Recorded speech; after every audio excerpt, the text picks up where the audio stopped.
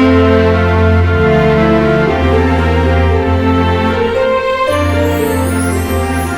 guys, welcome back to another episode of Dimitra's Dishes. Today I have a delicious holiday appetizer, perfect when you're entertaining. It's great if you're hosting a dinner party or if you're going to a potluck and you want to bring an impressive appetizer. I'm going to show you how to make another version of my Spanakopita. I'm going to teach you how to make a Spanakopita Christmas tree with puff pastry, one of my favorite ingredients. Let's go over the ingredients so we can get started. We're going to need some olive oil, salt, freshly cracked black pepper, some dry dill, 1 egg for the filling and 1 egg for the egg wash, some whole milk ricotta cheese and whole milk feta cheese, 2 sheets of puff pastry, this is 1 pound, some finely sliced scallions, also known as green onions, and some roughly chopped baby spinach leaves. So I like to use a tabletop mixer. You could definitely do this by hand. It does make life so much easier. I'm going to add the feta cheese and the ricotta cheese to the bowl. I'm going to crumble the feta cheese.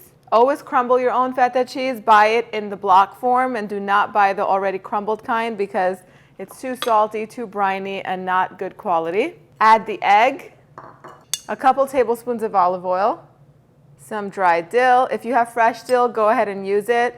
This time of the year, it's not that easy to find it, so I always have some dry dill on hand. Still has lots and lots of flavor. A little bit of black pepper, just a little bit of salt. Turn the mixer on and let this mix until everything is combined. That just takes a few seconds. Next, we're going to add all of the scallions and about 1/4 of the spinach. Once you mix everything together, the spinach is going to break down and all of it is going to fit. Just let the mixer mix on low speed and keep adding the spinach until everything is combined. Give everything a nice mix so if anything is stuck to the bottom, it's distributed evenly. So the mixture is done. I've made this mixture over and over again to make different versions of Spanakopita.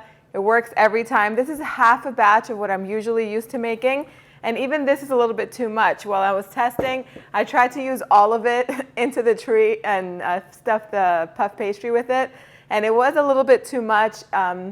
It still tastes good. It just looks a little bit sloppy and it takes much longer for it to cook. Next, so we're going to leave the filling aside. That's done. Next, we're going to roll out the puff pastry. So I'll say that it is much easier to work with puff pastry that has not come to room temperature. This has been out for quite some time and it's too soft. That's okay. I will have some all-purpose flour on hand. It is much easier to work with it when it's still rather chilled. It's not going to stick or kind of get squished up. So I'm just going to roll out each sheet into about 10 by 13 inch rectangle.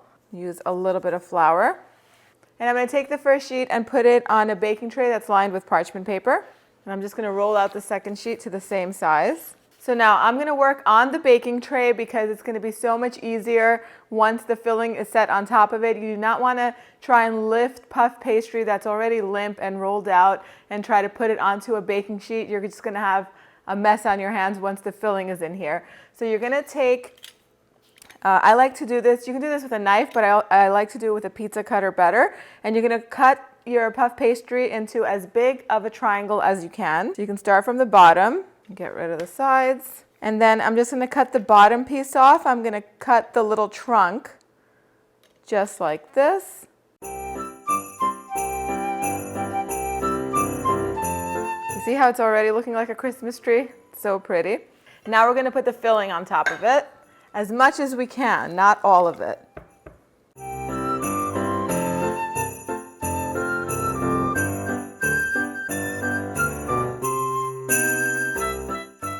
Okay, so that looks good. I think I can get a little bit more into the trunk. You're going to have a little bit less than half left. So about 1/3 of it is going to be left over, maybe 1/4. You can use that to make little puff pastry turnovers, and I'll make some in a little bit just so I can show you how to do that. Now what you're going to do is you're going to take the second piece of phyllo pastry, not phyllo pastry, I'm so used to working with phyllo pastry, the second piece of the puff pastry, and you're going to put it on top, and this one is going to be much easier to cut.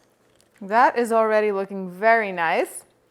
Now what we're going to do is we're going to cut little branches out. So we're going to start at the top and cut little about 1 inch slits. And we're going to do the same thing on the other side.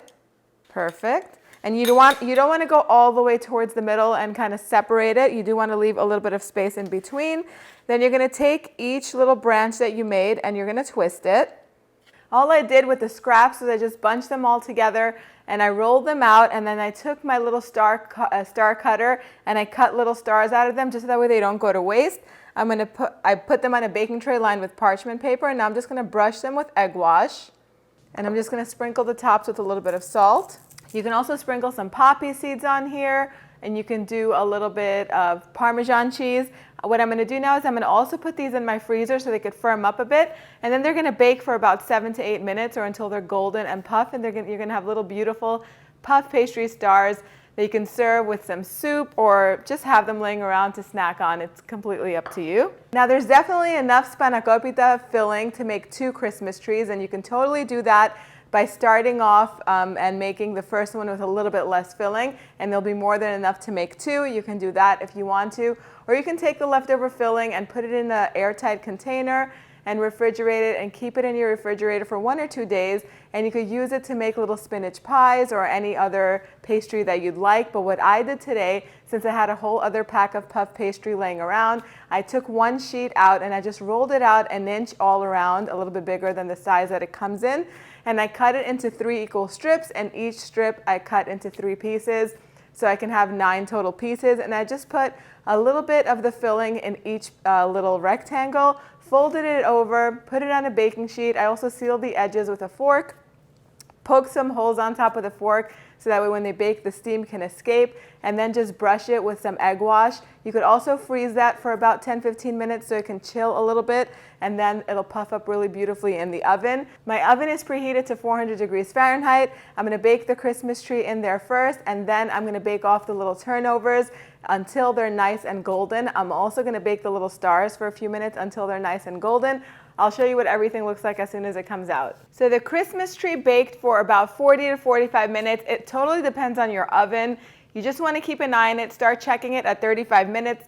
What you're looking for it is to be beautifully golden brown on top. You also want it to have gotten really nice and cooked on the bottom too, not burnt but cooked. You don't want it to be doughy in any part. You just want it to be really nice and cooked and the filling to be nice and moist. The rolls or the little turnovers took 30 minutes, but again, keep an eye on them. Same thing, you want them to be beautifully golden and puffy. And the little stars took about 15 minutes. It all depends on your oven. I'm going to say it again because every oven bakes differently. Keep an eye on it. These all taste amazing. Serve with some tzatziki sauce. I've done this recipe before. I will make sure to link it in the card section up above. Time to take a bite. But before I do, let me just say that you do want this to sit for about 10 minutes before you serve it so that way nobody burns their tongue. The filling gets piping hot. I'm going to go in and take a bite. Puff pastry is just so delicious. Just put anything in there and it tastes amazing, but you put some of this Spanakopita filling and it is just next level deliciousness. I think you guys are going to absolutely love this. Your guests are going to love it. If you're going to bring it to a party as like for a potluck, and this is what you're bringing, the hostess is going to definitely love you. Go on over to the website and print this recipe at www.dimitrasdishes.com. Thank you guys so much for spending time with me today. I will see you all next time. Yes,